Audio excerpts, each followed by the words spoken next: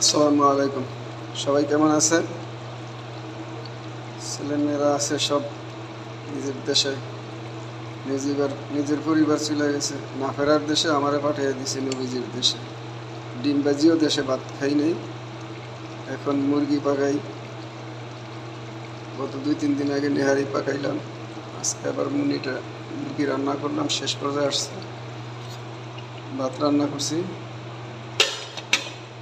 রোজা রাখছি। আজকে মহরমত প্রথম, আগামীকালকে একটা রাখবো ইনশাল্লাহ। সবাই দোয়া করবেন।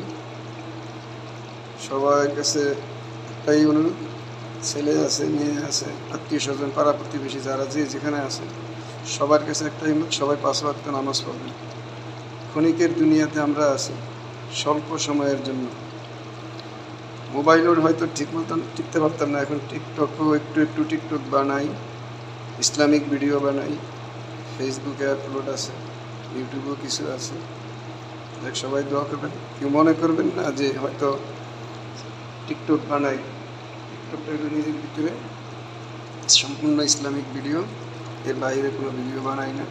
বানাবো ইনশাল্লাহ। 5 ওয়াক্ত নামাজ পড়ি, সবার কাছে দাওয়াত রইল, সবাই 5 ওয়াক্ত নামাজ পড়বেন। আমিও 5 ওয়াক্ত নামাজ পড়ি। আগে যাই ছিলাম, যাই ভুল করছি, আল্লাহ পাক যেন ক্ষমা করে দেয়।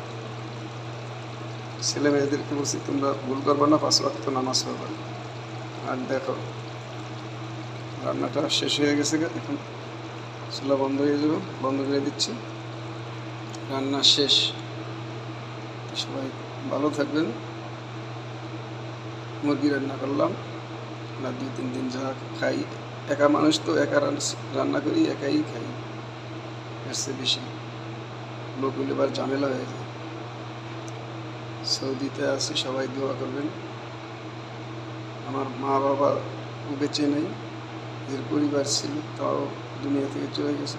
সবাই তাদের জন্য, তাদেরকে সবার কাছে দোয়া চাই তাদের জন্য, আমার জন্য দোয়া চাই, যাতে ভালো মতো থাকবে, রোজা নামাজ করতে পারি। সবাই ভালো থাকবেন। আসসালামু আলাইকুম।